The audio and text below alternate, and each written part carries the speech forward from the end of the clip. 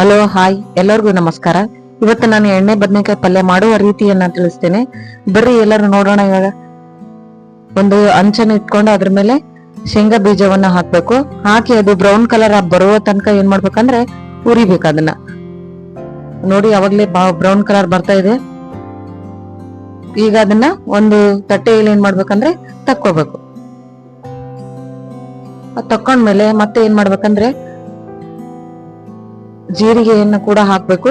ಅದು ಕೂಡ brown colour ಬರುವ ತನಕ ಅದನ್ನ ಏನ್ ಮಾಡ್ಬೇಕಂದ್ರೆ ಹುರಿದು ಅದು ಕೂಡ ತಟ್ಟೆಯಲ್ಲಿ ತಕ್ಕೋಬೇಕು. ತಕೊಂಡ ನಂತರ ನೋಡಿ ತಕೊಂಡಿದೀನಿ ಅವಾಗ್ಲೇ. ಈಗ ಏನ್ ಮಾಡ್ಬೇಕಂದ್ರೆ ಧನಿಯಾ ಬೀಜಗಳನ್ನು ಕೂಡ ಏನ್ ಮಾಡ್ಬೇಕಂದ್ರೆ ಅದು ಕೂಡ ಸ್ವಲ್ಪ ಕೆಂಪಾಗುವ ರೀತಿಯಲ್ಲಿ ಏನ್ ಮಾಡ್ಬೇಕು, ಹುರಿಬೇಕು. ಹುರಿದು ಅರ್ಧ ಬಟ್ಲಷ್ಟು ಕೊಬ್ಬರಿ ತುರಿಯನ್ನ ಕೊಯ್ದಿಟ್ಕೊಂಡಿದ್ದೀನಿ.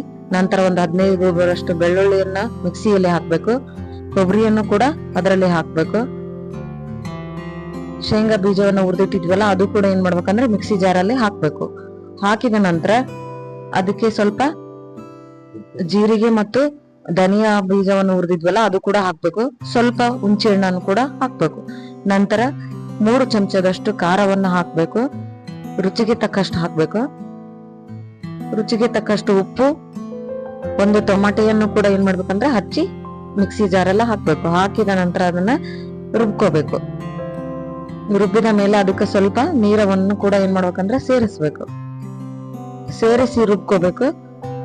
ರುಬ್ಕೊಂಡ್ಮೇಲೆ ಅದನ್ನ ಏನ್ ಮಾಡ್ಬೇಕಂದ್ರೆ ಒಂದು ತಟ್ಟೆಯಲ್ಲಿ ಆ ರುಬ್ಬಿರುವಂತ ಮಸಾಲವನ್ನ ಎಲ್ಲವನ್ನ ಆ ತಟ್ಟೆಯಲ್ಲಿ ಹಾಕ್ಬೇಕು. ಹಾಕಿದ ನಂತರ ಸ್ವಲ್ಪ ಎಣ್ಣೆಯನ್ನು ಕೂಡ ಸೇರಿಸ್ಬೇಕು. 1 ಟೇಬಲ್ ಸ್ಪೂನ್ ಅಷ್ಟು ಎಣ್ಣೆಯನ್ನ ನಾನು ಏನ್ ಮಾಡ್ತಾ ಇದ್ದೇನೆ ಆ ಮಸಾಲದಲ್ಲಿ ಸೇರಿಸ್ತಾ ಇದ್ದೇನೆ. ಸೇರಿಸಿ ಚೆನ್ನಾಗಿ ಆ ಮಸಾಲೆಯನ್ನ ಏನ್ ಮಾಡ್ಬೇಕಂದ್ರೆ ಎಣ್ಣೆಯಲ್ಲಿ ಕಲಸ್ಕೋಬೇಕು. ಕಲಸ್ಕೊಂಡ್ ನೋಡಿ, ನಾ ಕಲಿಸ್ತಾ ಇದ್ದೀನಲ್ಲ ಇದೇ ರೀತಿಯಾಗಿ ಕಲಿಸ್ಬೇಕು. ಮೊದಲೇ ಹೆಚ್ಚಿರುವಂತಹ ಬದನೆಕಾಯಿಯನ್ನ ಏನ್ ಮಾಡ್ಬೇಕಂದ್ರೆ ಆ ಮಸಾಲವನ್ನ ಅದರಲ್ಲಿ ತುಂಬ್ತಾ ಹೋಗ್ಬೇಕು. ಒಂದೊಂದೇ ಆಗಿ ಅದರಲ್ಲಿ ಏನ್ ಮಾಡ್ಬೇಕಂದ್ರೆ ಮಸಾಲವನ್ನ ತುಂಬ್ತಾ ಹೋಗ್ಬೇಕು. ನಂತರ ಪಲ್ಯ ಮಾಡೋದಕ್ಕೆ ನಾ ಏನ್ ಮಾಡಿದೀನಿ, ಗ್ಯಾಸ್ ರೆಡಿ ಮಾಡ್ಕೊಂಡು ಅದರ ಮೇಲೆ ಒಂದು ಪಾತ್ರೆಯನ್ನಿಟ್ಟು ಒಂದು 4 ಚಮಚದಷ್ಟು ಏನ್ ಮಾಡಿದೀನಿ ಅಂದ್ರೆ ಎಣ್ಣೆಯನ್ನ ಹಾಕ್ತಾ ಇದ್ದೀನಿ. ಹಾಕಿ ಜೀರಿಗೆ ಮತ್ತು ಸಾಸಿವೆಯನ್ನ ಹಾಕ್ತಾ ಇದ್ದೀನಿ. ಹಾಕಿದ್ಮೇಲೆ ನಾವು ಆಲ್ರೆಡಿ ಮೊದ್ಲೇ ತುಂಬಿರುವಂತಹ ಬದನೆಕಾಯಿಯನ್ನ ಇಟ್ಟಿದ್ವಲ್ಲ ಆ ಬದನೆಕಾಯಿಯನ್ನ ಒಂದೊಂದೇ ಆಗಿ ಅದರಲ್ಲಿ ಹಾಕ್ಬೇಕು. ಯಾಕಂದ್ರೆ ನಾನು ಸುತ್ತ ಹಾಕ್ತಾ ಇದ್ದೀನಿ ಬಾಣ್ಲೆಯಲ್ಲಿ. ಇಲ್ಲಿದ್ರೆ ಒಂದೇ ಕಡೆ ಹಾಕಿದ್ರೆ ಏನಾಯ್ತಂದ್ರೆ ಅದು ಸರಿಯಾಗಿ ಇದಾಗಲ್ಲ, ಎಣ್ಣೆಯಲ್ಲಿ ಕರಿಯಕ್ಕಾಗಲ್ಲ. ಹಂಗಾಗಿ ಬಾಣ್ಲಿ ಸುತ್ತ ಹಾಕಿದೀನಿ. ಹಾಕಿದ್ಮೇಲೆ ಅದನ್ನ ಸ್ವಲ್ಪ ಲೈಟ್ ಆಗಿ ಏನ್ ಮಾಡ್ಬೇಕಂದ್ರೆ ತಿರುಗ್ಬೇಕು ಅದನ್ನ ಪಲ್ಯನ್ನ. ನೋಡ್ರಿ, ಹಂಗೆ ಸ್ವಲ್ಪ ಜೋರಾಗಿ ತಿರುಗಿದ್ರೆ ಏನಾಗುತ್ತೆ ಅಂದ್ರೆ ಬದ್ನೆಕಾಯಿ ಎಲ್ಲ ಏನಾಗ್ತಾವ, ಸೀಳಿ ಹೋಗ್ತಾವ. ಹಂಗಾಗಿ ಲೈಟ್ ಆಗಿ ಅದನ್ನ ತಿರುತ್ತಾ ಏನ್ ಮಾಡ್ಬೇಕಂದ್ರೆ ಪಲ್ಯನ್ನ ತಳ ಸೀದ್ಬಾರ್ದಲ್ಲ, ಅದಕ್ಕೋಸ್ಕರ ನಾನು ತಿರುತ್ತಾ ಇದ್ದೀನಿ ಪಲ್ಯನ. ಈಗ ಹೆಚ್ಚಿರುವಂತ ಈರುಳ್ಳಿಯನ್ನ ಹಾಕ್ತಾ ಇದ್ದೀನಿ. ನಂತರ ಮತ್ತು ಒಂದು ಟೊಮಾಟೊಯನ್ನ ಏನ್ ಮಾಡ್ತಾ ಇದ್ದೀನಿ ಅಂದ್ರೆ ಅದರಲ್ಲಿ ಹಾಕೊಂಡು ಮತ್ತೆ ಅದನ್ನ ಏನ್ ಮಾಡ್ತಾ ಇದ್ದೀನಿ ಅಂದ್ರೆ ಸಾವಕಾಶಾಗಿ ತಿರುತ್ತಾ ಹೋಗ್ಬೇಕು.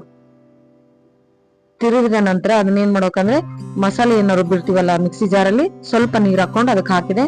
ಉಳಿದಿರುವಂತ ಮಸಾಲೆಯನ್ನು ಕೂಡ ನಾನು ಏನ್ ಮಾಡ್ತಾ ಇದ್ದೀನಿ ಆ ಪಲ್ಯಲ್ಲಿ ಸೇರಿಸ್ತಾ ಇದ್ದೀನಿ. ಸೇರಿಸಿದ ಮೇಲೆ ಅದರಲ್ಲಿ ಕೂಡ ಸ್ವಲ್ಪ ನೀರನ್ನ ಹಾಕಿ ಪಲ್ಯಲ್ಲಿ ಹಾಕಿದೆ. ಈಗ ನೋಡ್ರಿ, ಮತ್ತೆ ನಾನು ಏನ್ ಮಾಡ್ತಾ ಇದ್ದೀನಿ, ತಿರುತ್ತಾ ಇದ್ದೀನಿ. ನಿಧಾನವಾಗಿ ತಿರುಗಬೇಕು. ತಿರುಗಿದ ನಂತರ ನೋಡ್ರಿ ತಿರುಗ್ತಾ ಇದ್ದೀನಿ. ಇದು ಏನಂದ್ರೆ ಎಣ್ಣೆ ಬಿಡುವ ತನಕ ಏನ್ ಮಾಡ್ಬೇಕಂದ್ರೆ ನಾವು ಪಲ್ಯನ ಬೇಯಿಸ್ಬೇಕು. ಈಗ ಎಲ್ಲಾ ತಿರುಗಿದಿನಲ್ಲ, ಈಗ ಅದರ ಮೇಲೆ ಏನ್ ಮಾಡ್ತೀನಿ ಅಂದ್ರೆ ಸ್ವಲ್ಪ ತಿರುಗಿದ ನಂತರ ಅದ್ರ ಮೇಲೆ ಏನ್ ಮಾಡ್ತೀನಿ, ಪ್ಲೇಟ್ ಅನ್ನ ಮುಚ್ಚುತ್ತೇನೆ. ಅದು ಎಲ್ಲಿ ತನಕ ಬೇಯ್ಬೇಕಂದ್ರೆ ಅದು ಎಣ್ಣೆಯನ್ನ ಬಿಡ್ಬೇಕು. ಅಲ್ಲಿಯವರೆಗೆ ಏನ್ ಮಾಡ್ಬೇಕಂದ್ರೆ ಅದನ್ನ ಪಲ್ಯನ ಬೇಯಿಸ್ಬೇಕು. ಸಣ್ಣ ಉರಿಯಲ್ಲಿ ಇಟ್ಟು ಬೇಯಿಸ್ಬೇಕು. ಇಲ್ಲಿದ್ರೆ ಅದು ಸೀದೋಗುತ್ತೆ. ಅವಾಗ ಏನ್ ಮಾಡ್ಬೇಕಂದ್ರೆ ಪಲ್ಯನ ತಿರುತ್ತಾ ಇರ್ಬೇಕು.